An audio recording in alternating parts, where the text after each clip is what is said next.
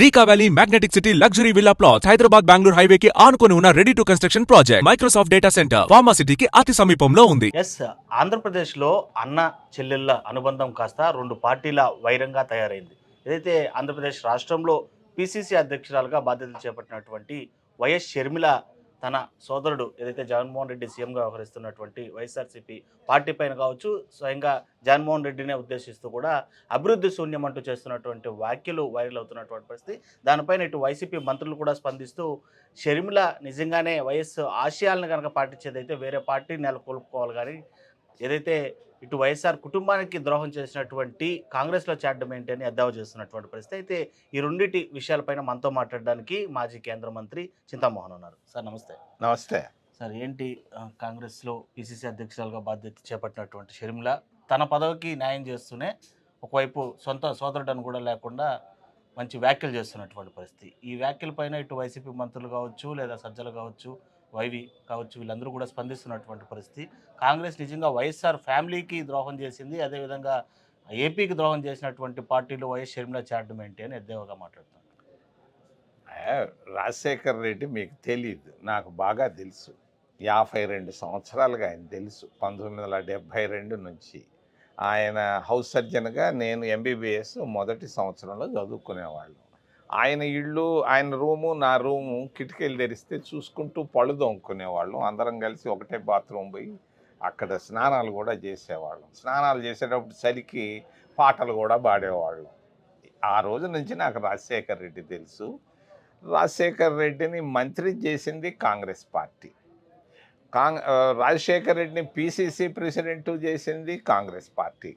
మరి ఆయన్ని CLP leader కూడా చేసింది కాంగ్రెస్ పార్టీ. ముఖ్యమంత్రిని కూడా చేసింది కాంగ్రెస్ పార్టీ. ఇంకా ఎవరు చేశారో పేరు కూడా నేను చెప్పగలను, పేరు చెప్పడం నాకు ఇష్టం లేదు.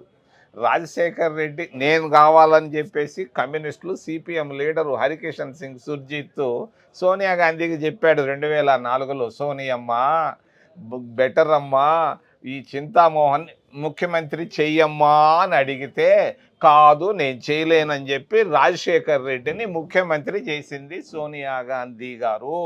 కమ్యూనిస్టులకి అనుకూలంగా చెప్పిన మాట వినకుండా రాజశేఖర్ రెడ్డి 6 సంవత్సరాలు ముఖ్యమంత్రిగా ఉన్నాడు, మంచి పేరు తెచ్చుకున్నాడు, మధ్యలో పోయాడు. మరి జగన్మోహన్ రెడ్డిని కూడా ఎంపీని చేసింది కాంగ్రెస్ పార్టీ, సోనియా గాంధీ. మరి ఆయన అలిగాడు నన్ను ముఖ్యమంత్రి చేయమని. ఆ రోజుల్లో చాలామంది సీనియర్లకి కొడుకులు ఉన్నారు, కూతుళ్ళు ఉన్నారు. ఆ జగన్మోహన్ రెడ్డిని ఆ రోజు ముఖ్యమంత్రి చేస్తే అక్కడ హర్యానాలో ముఖ్యమంత్రి ఉన్నాడు, ఆయన కొడుకుని చేయాల్సి వస్తుంది. అదేవిధంగా రాజస్థాన్లో వాళ్ళ బిడ్డలు ఉన్నారు. ఈ విధంగా మాధవరావు సింధియా కొడుకు జ్యోతి ఆదిత్య సింధియా నేను అంటున్నాడు. ఆ సచిన్ పైలట్ నేను కావాలా ముఖ్యమంత్రి. ఎంతమందిని బిడ్డల్ని, లీడర్ల బిడ్డల్ని ముఖ్యమంత్రులు చేయగలం అన్నది మీమాంస కాంగ్రెస్ పార్టీలో మొదలైంది. సచిన్ పైలట్కి, జ్యోతి సింధియాకి, తర్వాత ఇంకొక ఆయన హర్యానాలో చీఫ్ మినిస్టర్ కొడుకు భజన్ లాల్ కొడుకుని చేయలేక ఇది ఒక పెద్ద సమస్య అవుతుంది మనకు అని చెప్పేసి జగన్మోహన్ రెడ్డి కొన్నాళ్ళు ఆగవయ్యా, కేంద్రంలో మంత్రిగా ఉండవయ్యా అని అంటే ఆయన అలిగి మరి పార్టీ పెట్టాడు. ఆయన పైన కేసులు కాంగ్రెస్ పార్టీ పెట్టలేదయ్యా, కాంగ్రెస్ పార్టీ అటువంటిది చెయ్యదు, ఎప్పుడూ చేయదు. కేసులు పెట్టించుకుంది ఆయనే. ఇప్పుడు నా కొడుకులు ఉన్నారు, నాకు కూతురు ఉంది, కొడుకులు ఏం చేయలేదే. నేను కేంద్ర మంత్రిగా ఉంటే వాళ్ళు కూడా 1000 కోట్లు సంపాదించి ఉండొచ్చు సులువుగా. నాకు ప్రధానమంత్రులు స్నేహితులు చేతుల్లో చేసి తిరిగినటువంటి రోజుల్లో మేము నయా పైసా సంపాదించలేదే. ఇది అవినీతి నిరోధక చట్టం అనేది ఒకటి వచ్చింది భారతదేశంలో, భారత రాజ్యాంగ ప్రకారంగా. 1989లో రాజీవ్ గాంధీ గారు కూడా ఆ చట్టానికి పదును పెట్టాడు, కోరలు పెట్టాడు. దానికి ఒక ఫ్యామిలీ ట్రీ అని ఉంటుంది. ఇప్పుడు నేను సంపాదిస్తే నా మనవడికి డబ్బు ఉన్నా కూడా పట్టుకుంటుంది మరి ఆ చట్టం. మరి దాంట్లో ఆయన ఇరుక్కొని నువ్వు ఎట్ట సంపాదిస్తావయ్యా అన్ని వేల కోట్లు? ఒక పోలవరం ప్రాజెక్టులోనే 7,000 కోట్లు తీసుకున్నారే, 4%. ఎట్ట తీసుకుంటావు? తీసుకున్నవాడు జాగ్రత్తగా మూట కట్టుకొని భూగర్భంలో పెట్టుకోవచ్చు కదా. నువ్వు దాన్ని చూపించుకుంటూ నువ్వు ఫ్యాక్టరీలు అది ఇది పెట్టావు.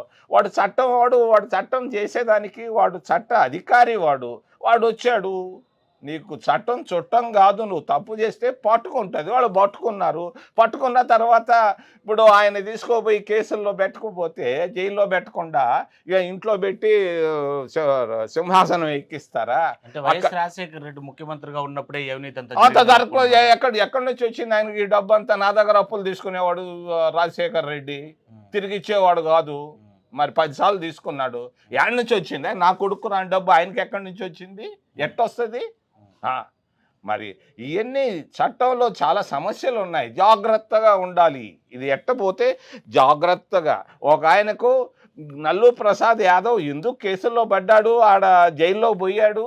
ఆయన ఒక మారుతి కారు కొన్నాడు, 800 మారుతి కారు. ఆ కారు ఎక్కడి నుంచి కొన్నావు అనేది వాళ్ళు చట్టంలో పట్టుకున్నారు, ఎత్తుకోపోయి కేసు పెట్టారు.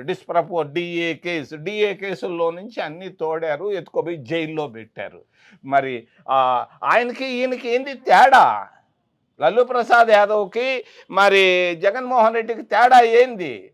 లల్లు ప్రసాద్ యాదవ్ని జైల్లో పెట్టింది మేం కాదే, చట్టం పెట్టింది, కోర్టులు పెట్టాయి, అంతే. ఇది దానికేంటి? ఆయన ఏదో మాట్లాడుతుంటాడు, నేనేదో నీతివంతుడిని సత్యవంతుడిని అని చెప్పుకోవడం అనేది తప్పు. కాంగ్రెస్ పార్టీ ఏమీ చేయలేదు. అసలు ఏముంది, నాకే బాధ, మా ఇంటికి ఎప్పుడు రాలా సోనియా గాంధీ, వాళ్ళ ఇంటికి పోయి మంచం మీద కూర్చున్నారు వాళ్ళు. సోనియా గాంధీ, రాహుల్ గాంధీ, మన్మోహన్ సింగ్లు అంత బాగా చూశారయ్యా వాళ్ళని. దాంట్లో ఏంది? మమ్మల్ని కాంగ్రెస్ పార్టీ మోసం ఏమి చేసింది? కాంగ్రెస్ పార్టీ మీ కుటుంబం, ఎక్కడో ఉన్నటువంటి కుటుంబాన్ని ఈరోజు ఎంతో స్థాయికి తీసుకెళ్ళింది కాంగ్రెస్ పార్టీ. దాన్ని విమర్శించే స్థాయి మీకెక్కడుంది? ఇవాళ జగన్మోహన్ రెడ్డి స్వయంగా ఒక మాట అనేటువంటి పరిస్థితి, కుటుంబంలో చిచ్చు పెట్టేటువంటి పరిస్థితి కాంగ్రెస్ తీసుకొచ్చింది. అన్నా చెల్లెళ్ళ మధ్య ఇవాళ విడదీసేటువంటి ప్రయత్నం కావచ్చు, అందులో సఫలీకృతమైన కాంగ్రెస్ పార్టీ. చిచ్చు లేదు, పిచ్చు లేదు. మాకంత ఓపిక ఉంటే అసలు ఎందుకు బాంగొట్టుకుంటాం 10 సంవత్సరాలు? మా వాళ్ళకి అంత తెలివి లేదు అసలు. అంత ఈ అమ్మది గత 2 సంవత్సరాలుగా జరుగుతూ ఉంది మీమాంస. తీసుకున్నామా వద్దా? నేను ఒక స్టేజ్లో వద్దులే నేనే చెప్పాను, ఓపెన్గా చెప్పాను. మొన్న మీటింగ్లో కూడా చెప్పాను, నాకేముందాడా, వాళ్ళ నాయన్నే నేను వ్యతిరేకించినాను.